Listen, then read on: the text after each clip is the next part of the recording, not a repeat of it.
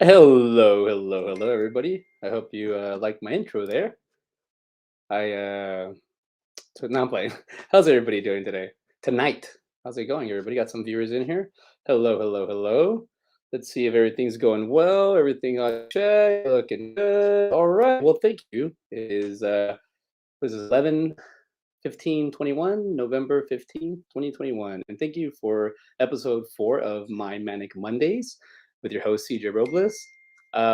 Last week, I kind of didn't take off. I was trying to recruit from my own network to over here because I need people to know that I'm over here now on Monday nights.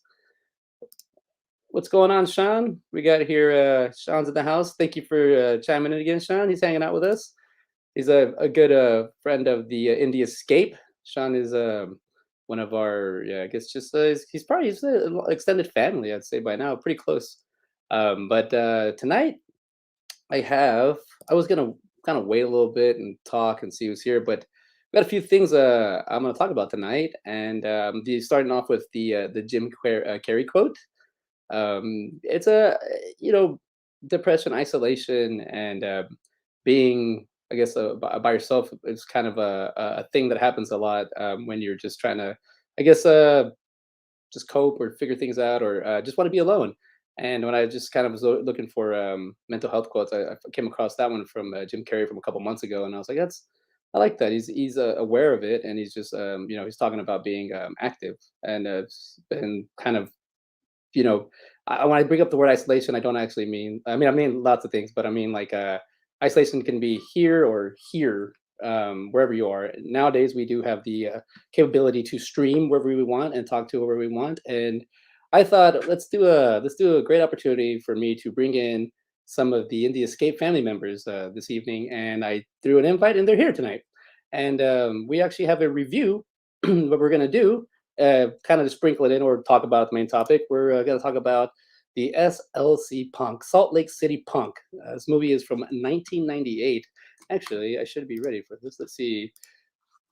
Evening, folks. CJ kicked ass. Oh, thank you, Joe. Yeah, I was at Rhode Island Comic Con 2 weekends ago, and I was hanging out with a couple of where'd I go? Oh, comments. Here we go. Boom. Just gonna hang out with some celebs there. I got to meet Keith Coogan. We got here a good old Courage the Cowardly Dog, Marty. And then we all have our Uncle Scott photo. Scott Schiaffo, I met him in person, was one of the greatest things I've ever done. I got to hang out with him all week and kind of, at his booth and whatnot, bother him. But it was cool. We got to hang out a bit. So yeah, Rhode Island Comic Con was a great experience for me because conventions, to me, helped me be more myself, helped me meet other people like myself. So watching this movie totally helped me understand a lot more of like, you go where your people are at, or you go amongst where you need to go to find who you want to hang out with. And guess who I happen to have in the green room tonight? Because it's already labeled all over this episode. I was going to have Daniela and Ray Sheppard, and I was going to bring them in a little bit later, but let's not keep them waiting any longer. Let's bring them in. Everybody, can I get a please round of applause for Daniela and Ray Sheppard? Hey. Hello. Hello, people. Hello. How are we doing? Very well. Very well. How are you? I'm doing well. I'm here hanging out with you two, and I like to say thank you for coming on the show because it's great to see other family members here and get to catch up. And yeah. Well, we're excited because watching the movie brought back some memories of work through Salt Lake City and Wyoming. Awesome. So, so everybody that's here with us tonight, Daniela and Ray are in Alaska. I think that's amazing. like, I just think for the whole technology thing of us where we're at physically, like I'm here, y'all. I'm in Texas, and y'all are over there. It's like this is awesome that we're able to get together and do this. And as we're doing sound check, I said I'd go grab a beer and salute them, but I found out that I don't have any beer, so I had to make a makeshift White Russian. Oh, okay. Okay. So salute to my Alaska family. Cheers. That is a good White Russian. I cleaned out the good old the cabinet, and I found these little shooters we had, and I was like, when am I ever gonna need these? And then I'm like, tonight. So let's see. Hey, there he is. There's Sean saying what's up to you guys. Hey, Sean. So yeah, that's cool. We got 5 people here. Let's get some conversation going. So we were just I thought just bringing them on board just to kind of hang out, maybe get to know them a little bit better. But also I find what they're doing very interesting. And I was talking during audio check about how Joe originally got us all together. Now we're not necessarily all podcasters. We're not necessarily like content creators. We're not all filmmakers. We're all just creatives. And we can find our creativity in certain different ways. Now, I'm creative, I guess, here in my little domain. Y'all are like here. And it's beautiful, but I know y'all are taking these photos, and I know where you have to stand to take that photo. It's got to be extremely cold. And also, I have to deal with rodents and squirrels and dogs in my yard. What is this? Those are very large rodents. Those are well, actually, that when I finally got my guests for my show that I'm going to be doing here coming soon, the 2 guys that work for the USGS, they're experts on bear safety in the Alaska wilderness. And so they're going to be doing a special with me coming up soon on bear safety. And so actually, that's a pretty good picture to show. That picture was actually taken in Barrow, I believe. Was that Barrow or was that in St. Lawrence? I can't remember. It was probably either Nuiqsut. Oh, Nuiqsut. No, that was Nuiqsut. Yeah. So that was Little Diomede. That was Little Diomede. So that was at the school in Little Diomede where the polar bears came right up to the school. And believe it or not, we're starting to get dark everywhere here in Alaska. So the other pictures that you showed, that's actually where I work at Galbraith Lake. So I do 2 and 2 at Galbraith Lake. I took those pictures at noon. When I go back up this next time, that's sunset right there at like 1 o'clock actually in the afternoon. When I go back up this next time, I will probably see the last sunset of the year. And the sun's not going to come back up again until January timeframe. So we'll be in darkness for the rest of the winter. So how many days is that? Like, because like from just my movie cinema knowledge, I know 28 Days of Night. I told that movie. I hate that movie. Why is that? Why do you hate that movie? I hate that. There are so many inaccuracies. I've worked up in Prudhoe Bay, like 100 miles east of Barrow, where that movie is supposedly set. There are so many inaccuracies just in the opening sequence of that movie. Like the first off, like we do not stop flying the planes just because it gets dark. Like for example, I'm going up here next week. They will fly me up there. They will fly me back all winter long. I work 2 and 2. So I will be going up in the dark all winter long. They don't stop flying the planes just because it gets dark. It's just like that premise, like at the beginning of the movie. Oh no, we stop flying the planes because it gets dark. It's like, no, they don't. I thought you were going to say, our vampires speak English. I don't understand. Well, no, there's that too. They're actually quite friendly. As long as you give them a bite or two, they just go on their way. It's actually about where we, well, it's about 56 days of night and it actually gets light for a few hours. So we get like civil twilight for a few hours during the time where the sun looks like it kind of wants to come up. It doesn't actually crest the horizon, and then it just gets dark again. The weirder thing is, though, during the summer, the sun rises in like May and doesn't set again until late August. So we get somewhere around 80 days of sun in the summer, which is actually weirder.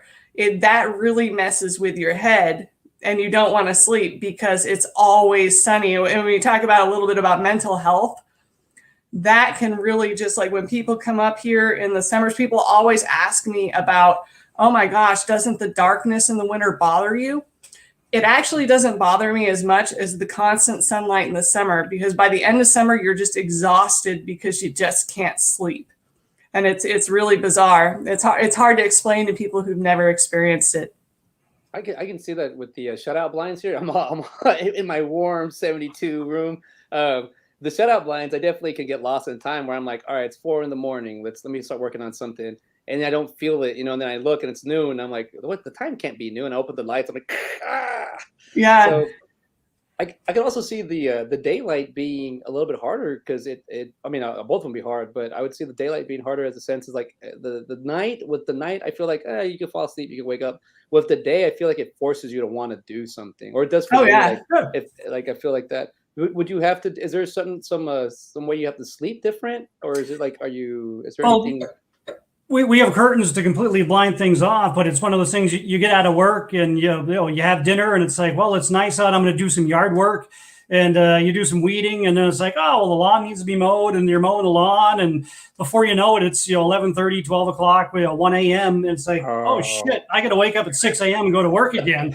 And so it's really messes with your mind, because at that point in time you're getting 5 hours of sleep, and you should have been getting more. Yeah, or like when we're out at the cabin, it's the same thing. Like we had, I remember one time where we got out there and it was late, and this is where it wasn't sunny all the time, but the sun's going down at like midnight. So we get out there and this is before we built the cabin, when we're still tenting it. The sun goes down, we start setting up tents. We were expecting other people, so we're setting up multiple tents. They show up, and we start realizing that, hey, I can see them. Like, it's getting lighter again. And so it's like, oh man, because we're like now eating and drinking and sitting around the tents at the campfire, but it's like, I can see things again. Like the sun is starting to come back up, and it's like 3 a.m. So it's like, we better go to bed before the sun comes up, or we're just like, we're done. Like and that's the other thing too, is like, even in places where the sun does go down, like out there in Chicken, the sun will go down at midnight, but it's coming back up again at 3 a.m. It never really at times gets dark. So it can really mess with you. Is Chicken, it's more north? Is that why? Or so Chicken is probably the same latitude as Fairbanks. Okay. So middle of the state, but on the eastern part of the state over by Canada. Okay, yeah, that's right. God, I really got to get my geography down. I have a little bit in my head, but I didn't realize how like Alaska is literally like its own, like you're on your own little, I don't know, I want to say island, but you're on your own part. But the straight border on the right, that's Canada. So we're only about 16 miles away from Canada. Oh man. Yeah. When we're out in Chicken right now, we're here in Anchorage at the moment. So we're 400 miles south from Chicken. And then to get around, you have to fly? Or to get to Chicken, we drive. When I go up north, the pictures I took up at Galbraith Lake where I work, technically that's on the Dalton Highway, so you can drive. They fly me up there to work, so I fly up there, but you can drive. It's 700 miles north of here, so it's a long drive.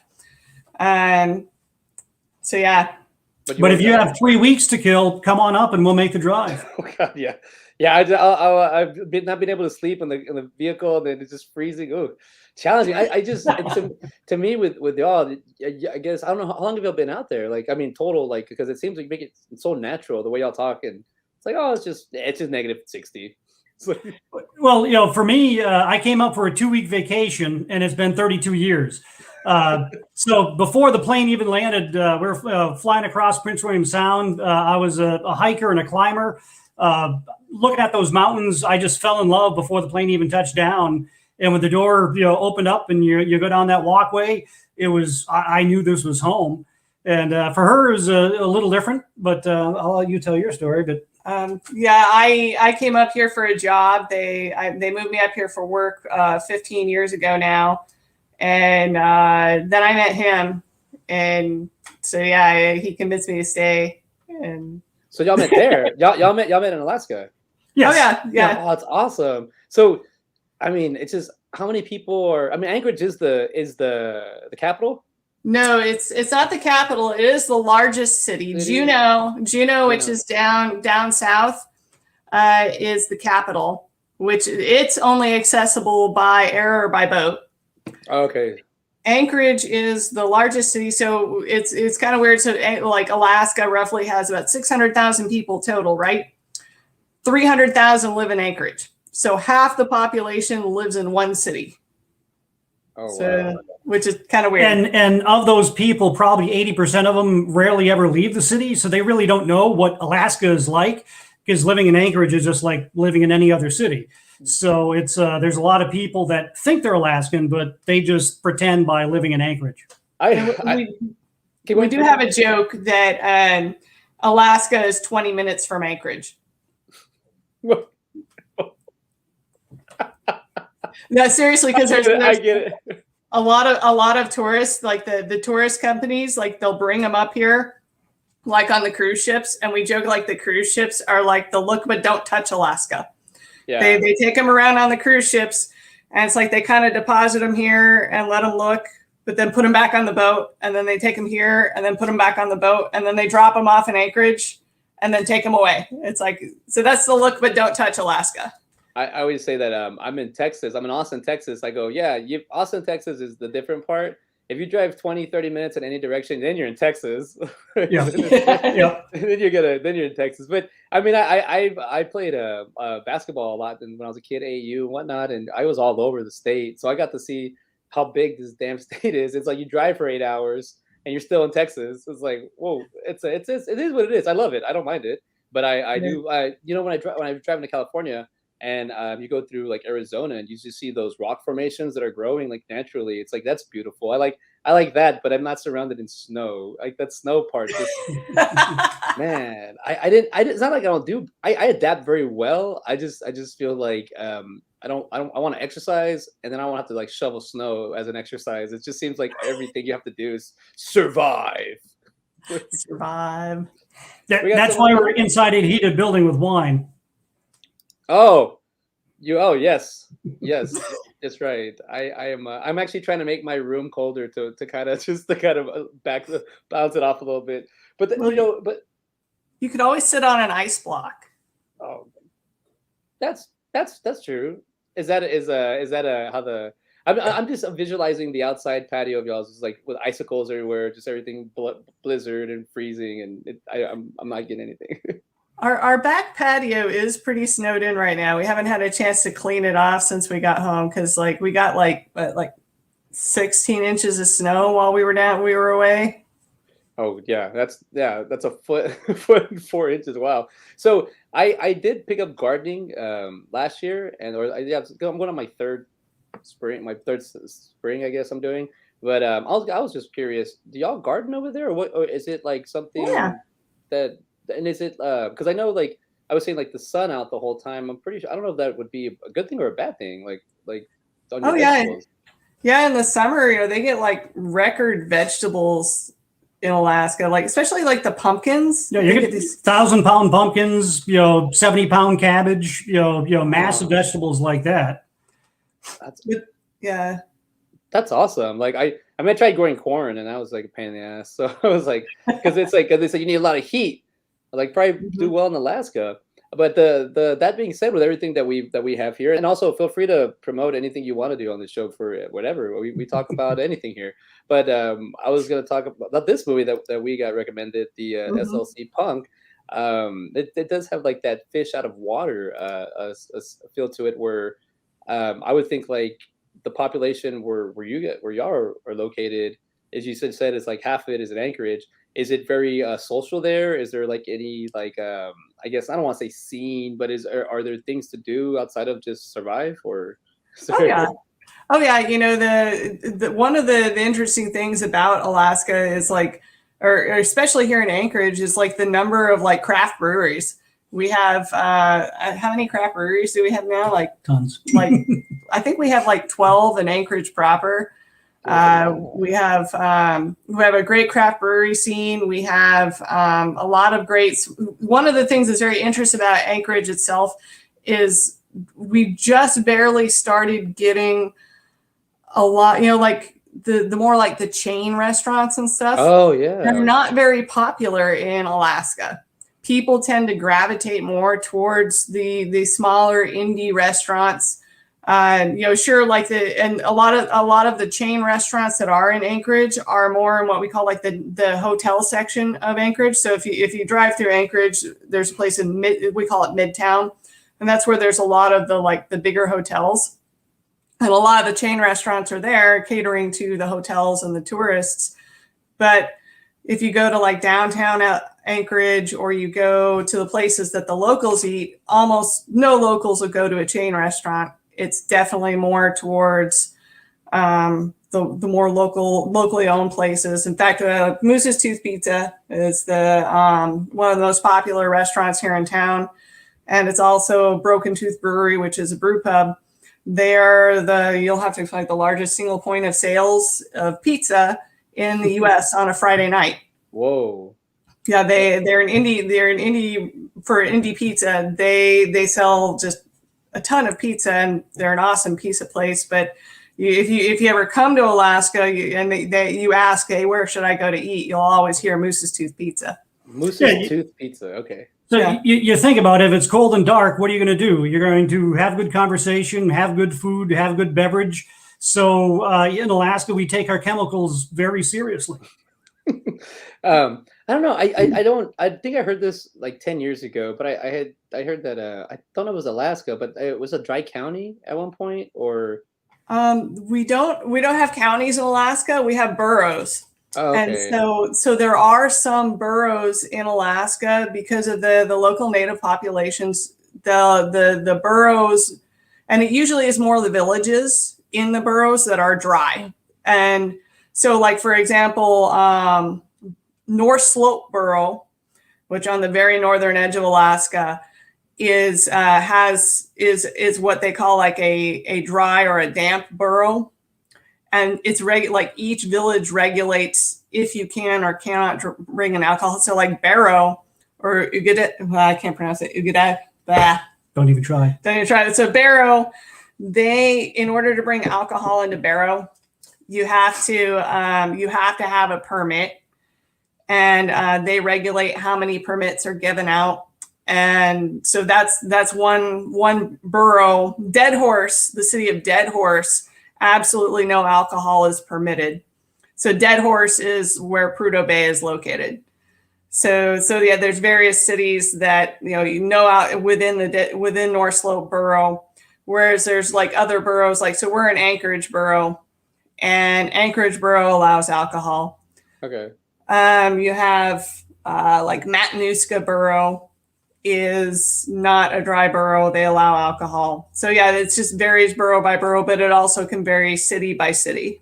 So you have Dead Horse, Chicken, and Barrows where bears live. Yeah, these are cool. So with that being said, like, do you feel like is there like a culture there, like where you can feel like outside of the tourist people, where you feel like, oh, we're locals or we're natives? Because I feel like I living in a borough, I believe that's like you said, village. So are there small villages there? Like oh yeah, a lot of the small native villages, kind of have their own culture, their own their own standard of living. You go out to like Tetlin. Tetlin's one of the villages. I'm just trying to think here. Lime Village. We have one of our close friends. They live out in Lime Village, which is on the Seward Peninsula, and you have to fly to get to it. You have Wales, which is way out on the coast. So there's a lot of the smaller native villages that are, I mean, they're pretty small. There might only be like 20, 30 people living there. Do you interact with each other, or does everybody kind of just stay there? Oh yeah. Well, you're thinking about it like Anchorage and Fairbanks are like two big hubs. And if you think about it, if we're doing something in Chicken, you're doing something in a different village, everybody is out doing their own things. But at some point in time, everybody comes back to a place like Anchorage or Fairbanks to resupply, go to Costco, you go to the restaurants and things like that.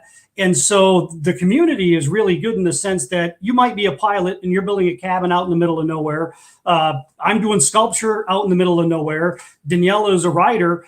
And so it's one of those ones when you have a whole bunch of different people that are doing all those things, when you do get together and you're talking about what's going on, it is a sense of camaraderie.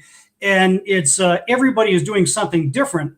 And really the only people that don't fit in are the people that are normal. If you just want to work like a 9-to-5 job, that's, people in Anchorage do that. But most people that are outside of Anchorage, just the concept of a 9-to-5 job that you work 50 weeks out of the year, that's a crazy idea. Why do that? Well, that's the whole way the Fur-Rondi got started. Here in Alaska, one of the big festivals, the big winter festival, is the Fur-Rondi, which is in the winters, the miners and trappers would come down out of the hills to, and bring their wares into town. And so they would trade, so they'd have a big winter festival to celebrate everybody's into town to trade. And then later it evolved when the Iditarod started. They started having the Iditarod and the Fur-Rondi at the same time, but it was actually the Fur-Rondi, the Fur Rendezvous Festival, that started first. No, bringing people together. I love it. Well, like bringing people together, I have someone here that's going to stop by. That's everybody that's here right now. Let's give a warm applause for Joe Ridgely. Joe, up, Mr. Joe. Guys, I'm a little embarrassed. I knew the show was going to be on punk rock. I went to the wrong hair and makeup. Apparently, they didn't understand the concept of punk rock.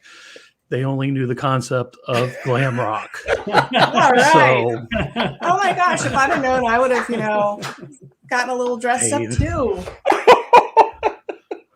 You look good, Joe. I'm embarrassed. At least, I have beer in my refrigerator. I didn't have to make a White Russian. I feel bad. If I would have known, I would have upped my game. I feel underdressed. Yeah, you wouldn't have competed against that. Pour this on my face and it'll make. Let me get into something a little more comfortable. Hold on a second. Oh, that's better. Okay. Oh, there you go. That's the Joe I know. All kidding aside, it is awesome seeing you guys here. Thank you for joining CJ on his show. Yeah, and these stories, they're amazing. I remember a few years back, we had, I forget her name, Sue from Life Below Zero on the show. Sue Orman, I think. Susan Orman. Anybody know who I'm talking about? Nope. Bueller. Wow. Okay. So you guys are in Alaska and you never watched Life Below Zero? We rarely watch TV. So okay. I used to like you guys. Anyway, so have you ever seen Life Below Zero? You need electricity in order to power a TV. So when we're at the cabin, we get electricity first. I think her name is Sue Akins. I think that's Sue Akins. That's it. Thank you, Susan Akins. Yes, and she was actually attacked by a bear. Wow. Yeah. So anyway, sorry, didn't mean to interrupt. CJ, do your thing, brother. That's Daniella's whole thing. She's gonna be talking about. Yeah, and finally, my two guys are recovered from the one guy recovered from getting his ribs cracked, and the other guy's recovered from his surgery. So that's rough. That is rough. Hey Joe, you made Sean spit his beer out. That's what I'm here for, folks. You know. And I mean, we're here for punk. We're here for everybody. Here for the Indie Escape. Here to hang out. The family is getting together. So, CJ, what's the exact ratio for a good White Russian? I mean, to be honest with you, 2 to 1's always good. But this was the shooter, so it was just like ice and milk. But I tried to melt some chocolate chips in there. What? Give it a little. What? do you drink it with your pinky up? No, pinky down. And Pinky. that's a new movement here. This is how I measure a drink. This much Jim Beam, this much Coke. Oh God, I know. I'm telling you that for me, growing up, it was like this. Now it's like this. Actually, this is it. That's I'm good. Like I partied. I partied like these guys in the movie. As I was seeing all of the scenes, and I'm sorry, Joe. I did say I had seen this. I had seen this movie, but I forgot it.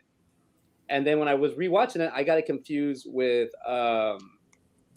Gary Oldman, Sid Vicious, Sex Pistols. That movie. Yeah, I know who you're talking about. Yeah, I got it confused with that one, so I kind of just blurted it out. And as I was watching, I was like, "Holy crap! This movie was made in 1998." And we're talking about. Let's just talk about it real quick. SLC Punk, 1998, rated R, 1 hour 37 minutes. In the early 1980s, Steve-O and Heroin Bob are the only two dedicated punks in a conservative Salt Lake City.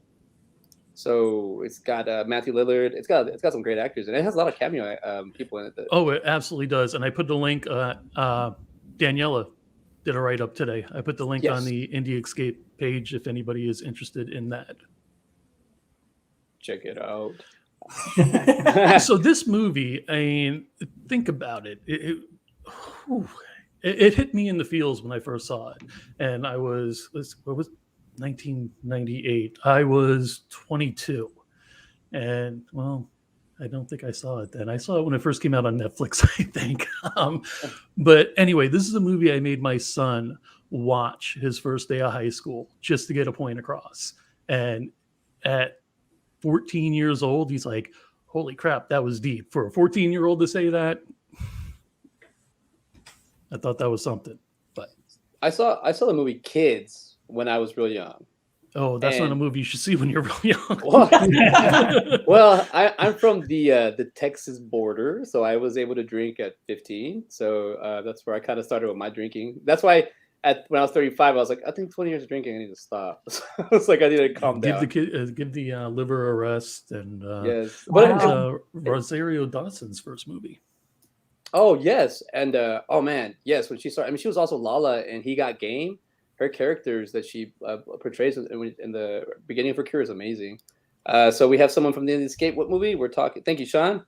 Talking about Salt Lake City Punks. What does it call it? I was gonna say no. That movie, Kids, and these ones, they really did help me out. Eye opener when I was going through high school, because it was real easy for me to be like. I mean, I have my issues with when I got older with drugs, but as I was in high school, it was really easy for me to step out because I was like, I've seen this before, and the movie's pretty close to what's happening in real life, and it kind of it gives you that sense of like a warning or awareness or whatever. Like I thought this movie when I was going through it, it reminded me more about. I've been in Austin for a very long time, and I'm a combination between Mike and Mark because I look like this, but I hang out at the punk shows. Only because, you know, growing up, my older cousins and my friends are punks. And I was like, all right, cool. I get the material. They understand me. They respect me. So when I would go to like a punk show, people would try to put me in the mosh. And I'm like, well, okay, let's do this. Like, I'm okay with this. Right. But did you jump up on the stage and just beat the crap out of the guy? Like the guy? I did my very first. Okay, I did want to bring this up. I knew this was going to come up. My very first, it was in San Antonio. There's a really people, whatever. There's a really little skinny guy. He kept trying to like fight me for some reason. And I was about a foot taller than him. So at one point, I had never really been in a mosh pit this big. So I was getting bigger and I was kind of drinking. I was like, all right, cool. Well, I saw him looking out of the corner of his eye, looking right at me, like aiming. And I was like, what is he aiming at me? And then like, as soon as he started doing that crazy thing like that. Well, he swung back and he hit me right in my eye, like with his metal band, and it hit me right in my eye. And he looked back at me and like, I got you. And so I was like, oh, we're gonna do this. So I just really. That's what a mosh pit is, though. I didn't know that part. Like he hit me on purpose. I thought it was like everybody just accidental. No, he went at like deliberately hit me. So I thought fair game, and I just went pop, pop, pop, pop, pop, and everybody was like, hey, it's a mosh pit. I go, no, he hit me on purpose. And then the guy got up and he was like, that's what it's about. I was like, okay, I'm sorry. Let me step away. And then, liquid courage kicks in a little bit more. Then they push you in and you're like, oh, you're supposed to just take it. But I asked him, I did talk to him. I go, why did you hit me? He goes, because you were too chicken shit to get in. But I go, you're staring me down the whole time. He's like, still, you should get in. I was like, I get it. It was motivation. Oh God, that thing hurt. I remember being like, I just saw that thing like, pop. I was like, oh. So I'm curious with Ray. Ray was a rock star. So Ray, what's your point of view of this? Well, on this one, it was interesting in the sense that you got the posers, and then you got the real people, and I kind of take a look at it almost like a geek point of view, because he says, he starts the movie, this is how the whole world works. And that's great. But meanwhile, the whole world is changing. And by the end of the movie, you've had all that change that has occurred. And so it's one of those ones for me. It was just that you have to be open to change, because change is happening around you all the time. And if you just, the longer you just sit there and say, this is how things are, it's just going to be worse for you in the long run. And when you're playing music, you're up on stage playing music, people pretty much leave you alone. But it's great to watch them be idiots. So it's fun. That band scene where the Jason Segel character Mike does get up and fight the security guard, and then later on he's like, I'm sorry, man, I just saw you beat my friend up. Yeah. Like and the bouncer of the band's like, we're never coming back here. This is too tough for us. Too violent for us. As I saw that scene, I was like, that's like they captured like the perfect rock show. That's how they're supposed to end. They're not supposed to end on time, or like they just end like that. And I've been around enough punk shows where I'm not a up in the stage guy. I'm a behind. Like I like to stay in the back. The way you can tell I've been drinking is the closer I get to the mosh pit. Then it's like, oh, he's been having drinks, get closer to it. I'm not a mosh pit guy, but I when I was younger, I used to like getting pushed into it. Now I feel now I'd be like, oh, my back, oh, I'm hurt. I was like, I'll leave it alone. I did crowd surf one time where I had a great experience, and then I crowd surfed one time where I had a bad experience.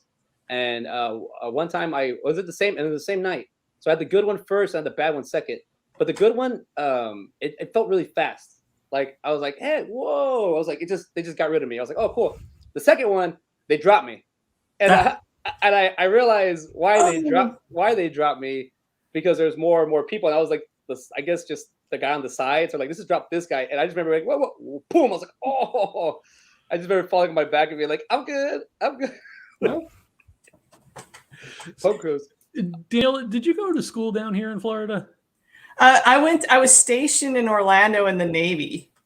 Okay. How old were you then, if you don't mind me asking? I was 18. So do you recall any of the concerts that were called the bake sales?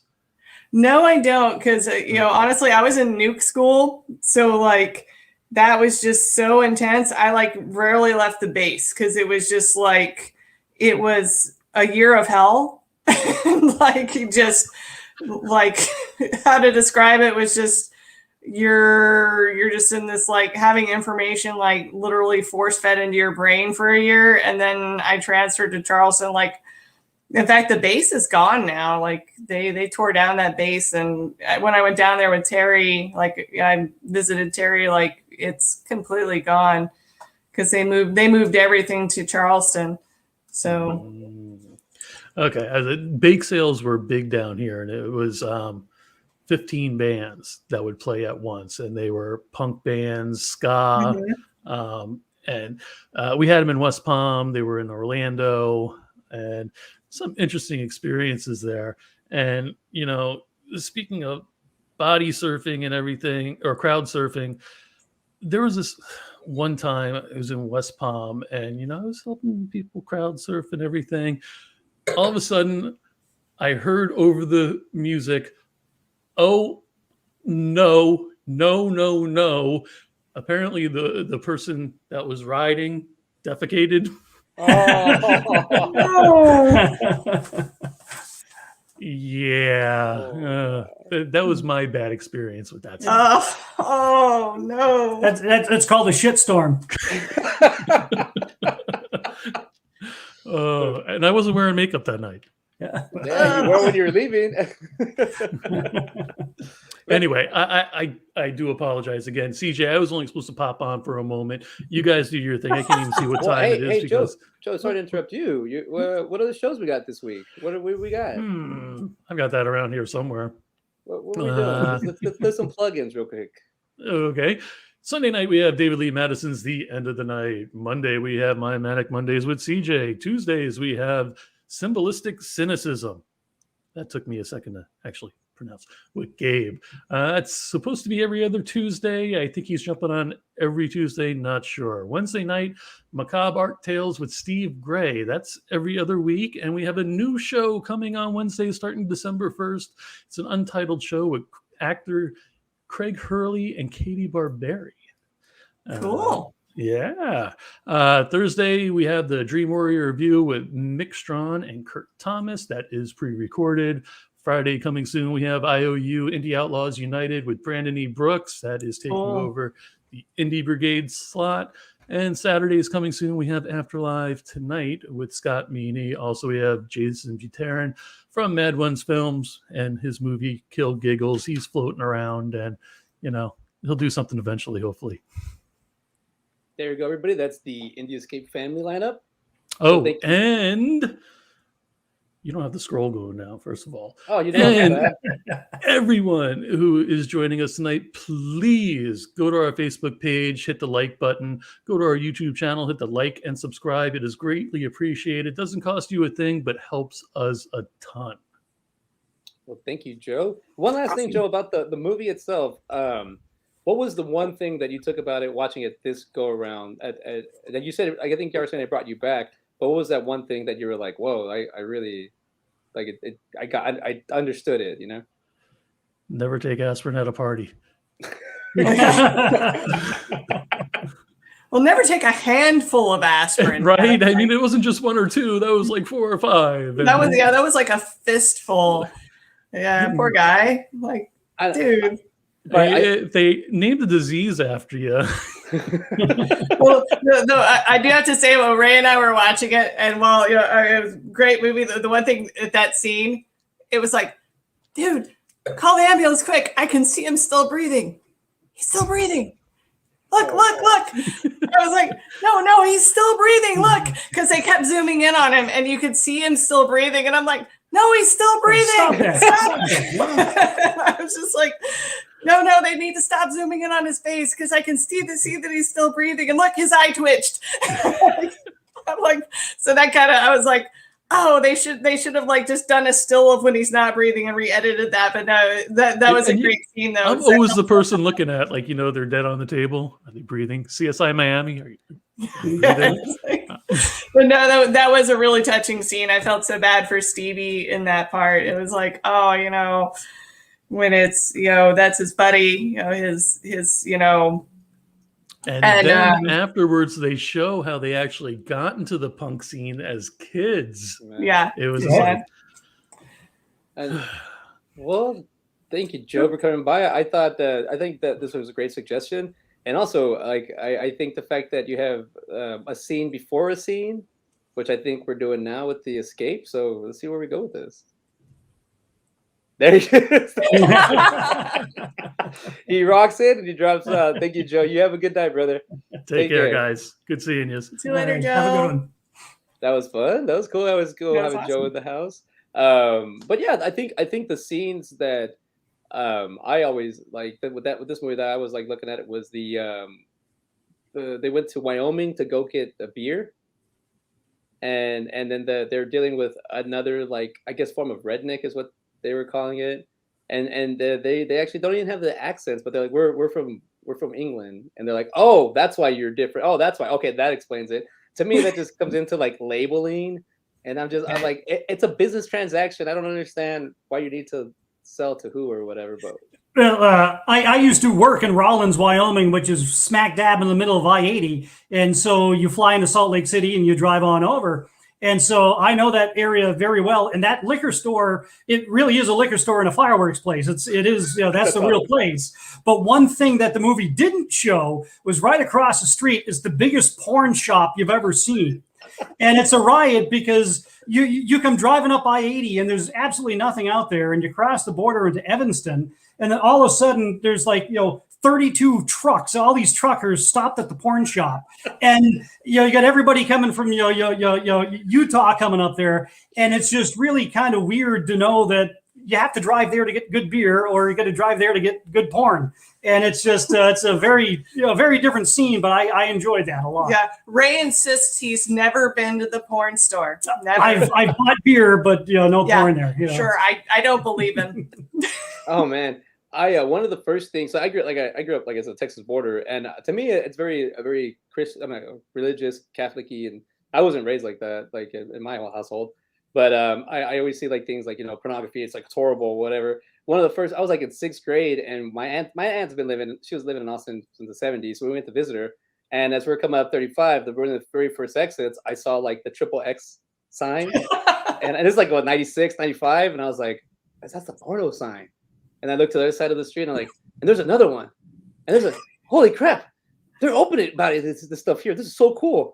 I can't go in there, but I know they're like, to me, like it was like a mind blowing, like like to talk about it. And there it's wide open. And I was like, yeah, like I don't understand, like what's the problem? But it's got that seed. But like going to like just going anywhere to where you're I don't know. I don't really care when I go some places. I just feel like I don't feel like I belong or anything. I just go and do what I gotta do and go back. And when somebody starts questioning me about something, I'm just like, whatever. Like I don't understand how this is gonna help anything, but okay. Like if you're curious to know like who I am because I'm wearing, I don't know, a shirt or something, that's one thing. But just to come up to somebody because they're not from your area, it's kind of funny to me. I mean, that's everywhere. That's everywhere. I think what we're just talking about, you're talking about the aspirin scene. I also like that if you are like a teenager watching this movie or a preteen, like that's kind of like the ramifications you're going to go through if you're in those scenes. You might see that. You might see the fighting is like, I was like, this is like pretty, the bumping, the people just like the embrace of the space. Like people now, I feel like nowadays everybody wants to be in like a little bubble. And like back then, like it was just like everyone on top of everybody and everybody, I was just kind of like, yeah, they got that down. Cause I remember going to parties and just like, hey, it's you, it's the guy with the shoes, like, hey, just having conversations, meeting people left and right. I remember that back in the day. I was like, and the punk scenes was always about that. Like it was always like, but the getting into it with the rednecks, that when they would fight, I have a story about that real quick. When I went to with the punk band, the Baseline Bums, I went to the West Coast and they did a tour. We did the 101, like the whole California or Oregon and Washington.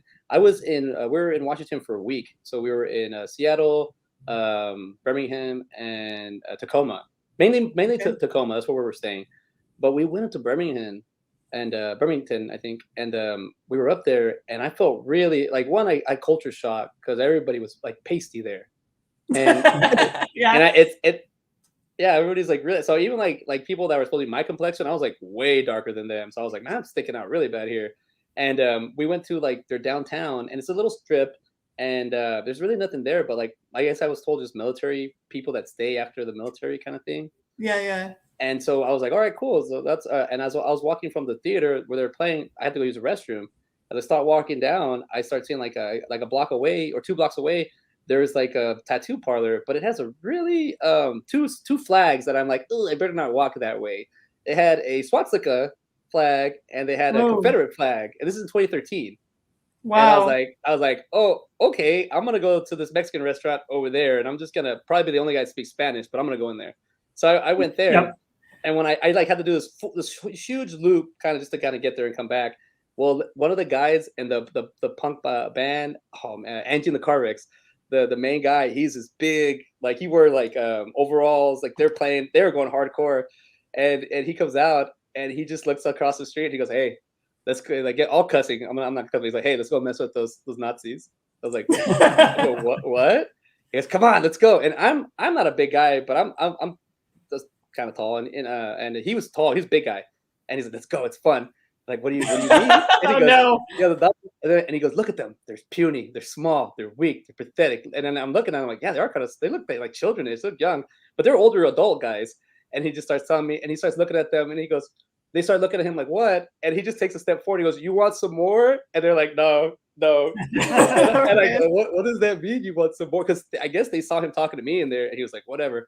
And then he goes, yeah, last week I took them all on, and me and my buddy, we took on 13 of them. And I was like, what? 13? He goes, yeah, knocked them all out. I was like, whoa. But when I saw this, I was like, I don't know, cultural thing, maybe from where they're at. I was like, that happens. I've seen that in real life. Like, I'm not the fighting, but what they told me and the interaction I had, I was like, oh wow, that's crazy. That is crazy, yeah. Well, one of the things I do like about the movie is the fact that they did choose, Salt Lake City is just so perfect because it's a city, but it's so melbatose because you got mining, you got refineries, so you got hardworking people, you got some white collar people. It's a pretty good combination of different people, but at the same time, you don't have real beer, and so you're not going to have you're not going to have wild and crazy clubs and a great club scene or things like that. And so it's just very plain and melbatose. But anybody that comes from a small town, it doesn't matter if it was the Midwest or New England. Like I'm thinking of Fitchburg, Massachusetts, one of the towns near where I was from, where you can just sit there and you sit there in your own town. You say, this is so lame. This is so pathetic. I'm going to rebel. And you might be the biggest badass in Fitchburg, Massachusetts.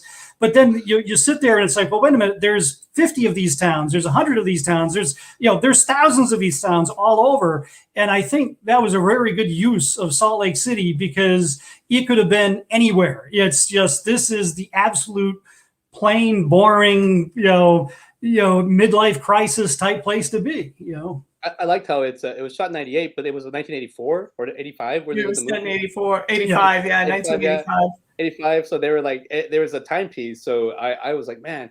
And at the same time, I remember I picked this poster because Matthew Lillard, his face was sticking out. And I remember at the Video Central, I'd always see that cover, but I was like, I never saw this movie. I didn't know about independent movies. I was like, I didn't see this movie at the theater. I watch every movie that comes in the theater, and this movie hasn't come in.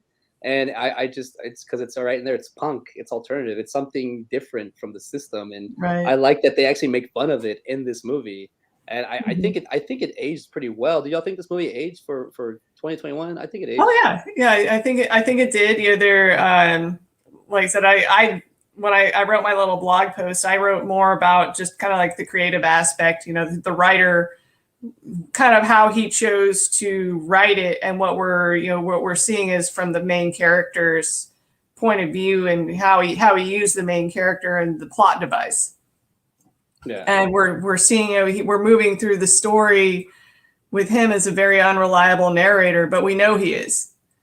And we are along for the ride. It's a wild ride, and we're along for that ride. We just want to see what his moment of reckoning is going to be. We know that it's like, he's, we're in this kind of punk scene and everything's wild and crazy, but what's his moment of reckoning going to be? We know he's feeding us a total line of bullshit, but what's it going to be? But at the same time, it's like you're looking around at all these characters who also are unreliable narrators. You've got the madman. You've got Bob, who's totally naive in a way. You've got Mark, who's the total like, I'm the exaggerator. It's like he's always exaggerating. Here, look at my shower head. Look at this. But he's also kind of a liar. It's like you've got all these crazy characters, and our main character he's slowly coming to realize the madness. He's in the middle of it. The drugs, the alcohol can only hide that madness for so long. He thinks, I'm here to save the world. I'm doing something different that nobody's done before. But it's like, it's all been done before, but no one else is along for the ride with him. They're all off on their own trajectories.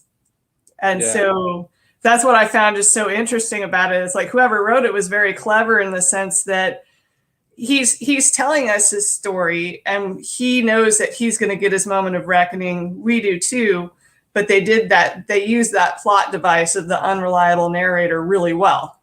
That we don't know what his moment of reckoning is. He does, and so he's being he's holding back the facts because he knows that it starts with the shattering of the mirror and it ends with a shattering of a mirror. Yeah. And we know that he knows that Bob's going to die from the beginning. We don't know that. Yeah. The reveal. And so it's just, I thought that was very well done in terms of how they played it out from beginning to end. You're absolutely right. That's a good point. I do. We're gonna be able. We're gonna wrap it up soon, but I do have 2 questions. One, we'll do a little scoring, but so I got to see what you guys think of the score. But 2, I got one for Ray. Ray, since you were I don't know if a former rock star, probably still a rock star. Do you have any rock star stories that stick out that are? Do you want to share with us? Not that I'd want to share here. Oh, come on, Ray. Not in front of the wife. Yeah. Oh, wait, you've already told me most of them. Oh yeah, well we'll get to one day, Ray. I gotta hear. So I love hearing good stories. I love hearing just other people's point of views at certain times, and and as I'm getting older, I'm just realizing I was like, yeah, my adult brain is not like my kid brain, but I still see it the same way. I still watch a movie the same. Like let me go in it. Let me see what they have to offer. Let me figure out what's here. But as that being said, let's see. Joe forgot to mention something. Part 2. There's a second one. Okay, I didn't know this. So there's a second SLC Punk. He said not worth watching. We'll see. We'll see. Joe. Thanks for the heads up. What would y'all rate this if we were to do like I have scores of my other shows, and if I were to rate this, I was thinking maybe we could do like an A, B, C, D thing here, or maybe what do y'all think? Like a thumbs up? Oh, all right, thumbs down. Yeah, definitely, definitely a thumbs up. It was a thumbs up. Yeah, it was a good movie. It was worth watching. Like I said, definitely got a lot out of it. It was, it was a great movie. I liked the characters. The casting was spot on. Yeah. I liked, gosh, I'm drawing a sudden blank on his name. The casting between Stevie and the guy who played his father, who he always seems to play like a jerk in every movie, But he was very believable as his father. They Mike McDonald. Yeah, Steve McGavin. Yeah. Yes, yeah. Very believable as his father. But the great casting there. Great casting as all the other characters. They had great chemistry between the characters. So it was just I especially liked Mark, the guy that played Mark, the German guy, the exaggerator, just like he pulls out the gun, and so you're just like, oh my god. Just great at the sudden changes in hey, I'm mellow and da-da-da-da-da, and then I'm going psycho, and then wait, I love you, and you're like, what just happened there? But I do like to finish it off, the mental health aspect of Mark. The way he describes his family dying in the airplane, like that's still affecting him because he was 5 years old. And he's already an adult man at that. So for him, he still hasn't found that, like, I guess just that sense of existence. To me, that's what I was picking up from him and being able to kind of relate. He's a foreigner. I'm American, but I was raised in a foreign, like Mexico. So I see a lot of things different, not just like my peers. And a lot of things that when I'm like, well, y'all never seen this before, you've never seen that. And then like you were saying earlier about people that now actually get out to Alaska. I grew up literally, you could throw a rock and hit the water because it's a mile away, but still you could see Mexico on the other side.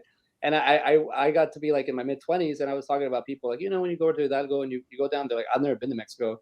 I'm like, dude, I've been in school with you since first grade. You've never been to Mexico? Never. I'm like, we're right. Why don't you just do it? Well, now it's like it's hard to get across. But back then it was easy. I was like, you never just wanted to curiously just go over, even when we were like 21, 22? Like, no, just never wanted to. I was like, wow. I always figured like, I guess because my mom's from there, it was easy for me to go back and forth. And I feel that was my connection. But then also I'm making friends, staying and going on my own. But then I guess for somebody really doesn't have other than, I guess, rather no reason to go with it, they won't go. So I was like, man, it's like such a beautiful, like we have like a portal like in our backyard that we can just jump into another country and then come right back. Now it's not the same, but well, I want to say thank y'all for showing up and hanging out with me. This is great. My chocolate's exposed now, so we can. Yeah, there you go. You can see the chocolate. I melted it, but then I forgot I pulled it in cold milk, so it froze instantly. So there we go. I got to work on that White Russian. But we look forward to your shows. I know. You guys, you got some shows coming up soon. We're working on material. We got the new computer and software, and we're on the learning curve. Nice. Well, as Mr. I keep because Dave Madison calls Joe Risley Mr. Joe Risley, and that got stuck in my head. And Joe doesn't want me to call him that. Sorry, Joe. He's given it a triple thumbs up. So Joe really liked this movie, but I guess the sequel is a triple thumbs down. So well, interesting. Well, here we go, Michelle Diedrich. Thank you, great show. Thank you. Well, y'all want to say anything else before you sign off? Yeah, I just, this was a good movie to watch because any kid could watch it at any point in time, 10 years ago, today, 10 years from now, and I think they're still going to walk away with the exact same thing. So it's definitely a good time.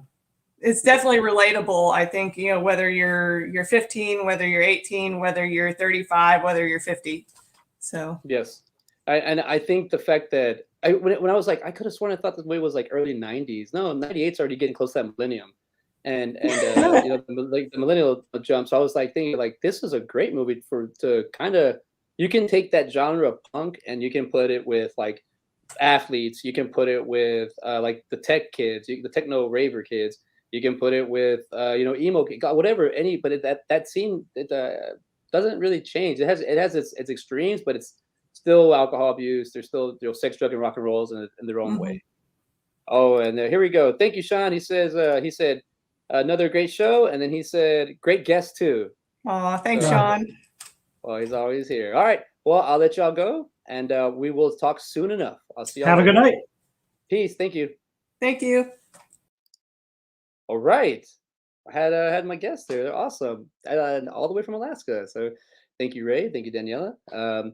Yeah, so Ray does